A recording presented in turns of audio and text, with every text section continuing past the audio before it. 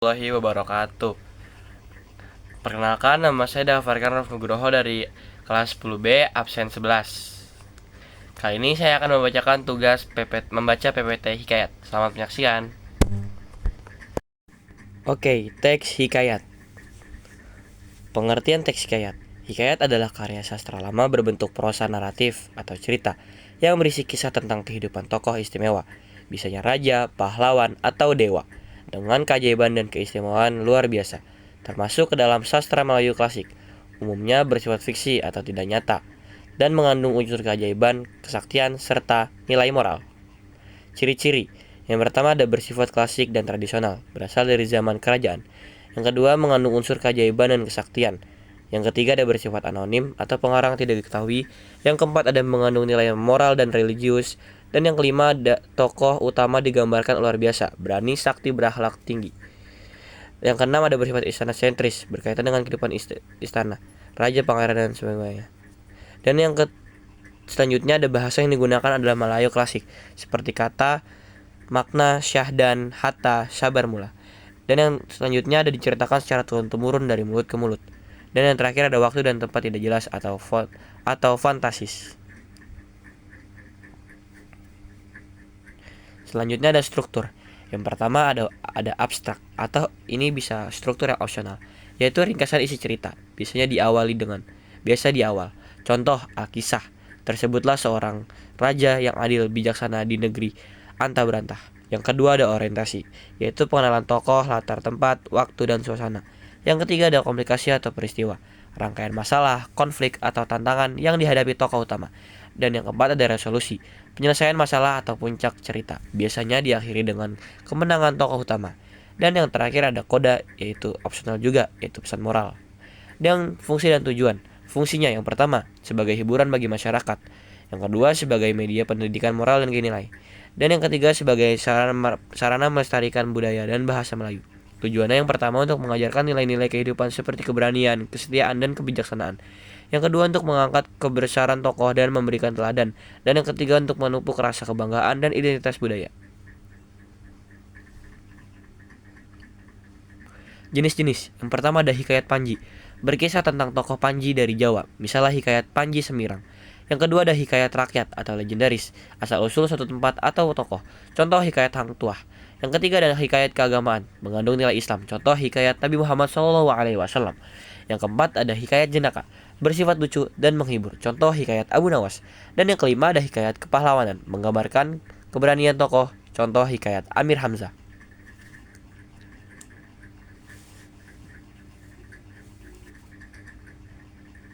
Unsur intrinsik dalam hikayat. Yang pertama ada tema, gagasan utama cerita. Contoh, kesetiaan, kejujuran, keberanian. Yang kedua ada tokoh dan pendokohan, pelaku cerita serta wataknya, baik, jahat, sakti, atau bijak. Yang ketiga ada alur atau plot, jalan cerita, biasanya alur maju. Dan yang keempat ada latar setting, tempat, waktu, dan suasana. Dan yang kelima ada amanat, yaitu pesan moral yang ingin disampaikan pengarang. Dan yang keenam ada sudut pandang, cara pengarang menceritakan kisah, biasanya orang ketiga serba tahu. Dan yang ketujuh ada gaya bahasa, menggunakan bahasa Melayu klasik dan kata kiasan. Unsur ekstrinsik dalam hikayat. Yang pertama ada nilai moral, mengajarkan kebaikan, kejujuran, dan kesetiaan. Yang kedua ada nilai sosial, hubungan antar manusia dalam masyarakat. Yang ketiga ada nilai religius, keyakinan terhadap Tuhan dan takdir. Dan yang keempat ada nilai budaya, adat istiadat, dan norma-norma kehidupan masa lampau. Dan yang kelima ada nilai sejarah, menggambarkan kehidupan kerajaan tempo dulu. Cara menganalisis. Yang pertama, tentukan judul dan ringkasan isi cerita. Yang kedua, tentukan tema utama. Yang ketiga, identifikasi tokoh dan watak masing-masing.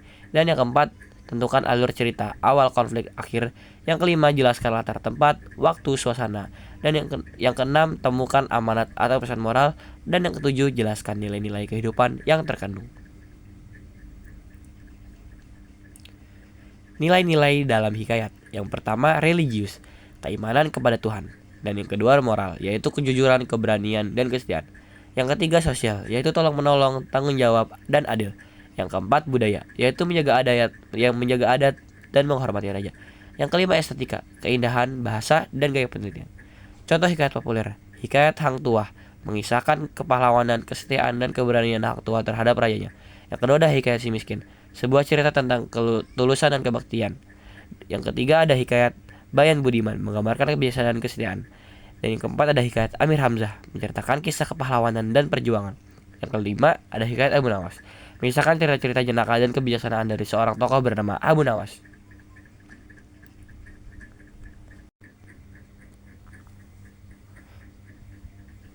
Contoh hikayat si miskin.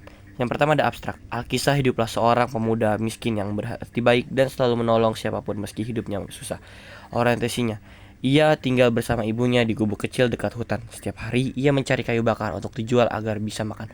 Komplikasinya, suatu hari ia menolong burung yang terjerat. Burung itu ternyata jelmaan bidadari dan memberinya kendi ajaib yang bisa mengeluarkan emas. Namun, raja yang serakah mendengar kabar itu dan merampas kendi tersebut.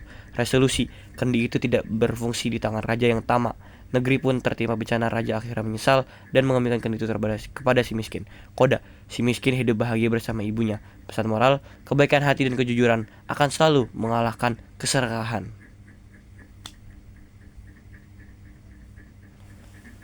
Terima kasih sudah menonton. Semoga bermanfaat.